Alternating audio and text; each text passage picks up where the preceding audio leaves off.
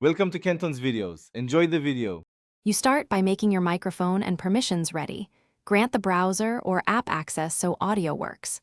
Once done, select the correct input device and language so recognition matches your accent.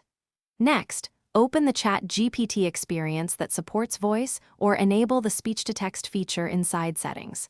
Make sure to test with a short phrase.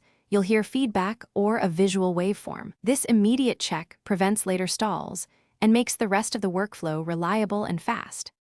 Now adjust recognition sensitivity and pick the voice model, or TTS, for responses. Higher sensitivity catches quieter speech but may add noise. Then decide push-to-talk versus continuous listening.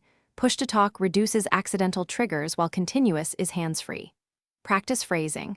Lead with an intent phrase like draft an email or explain, and pause between items so the model segments commands cleanly. Also, include short context when needed. This reduces follow-up prompts and speed. Finish by tuning output voice and response length so replies match your listening time. Set short responses for quick tasks and longer for explanations. Save common voice prompts as templates and use follow-up corrections. Say shorten that or add examples to refine answers. If recognition fails, pause, change microphone gain, or move to a quieter spot, then retry.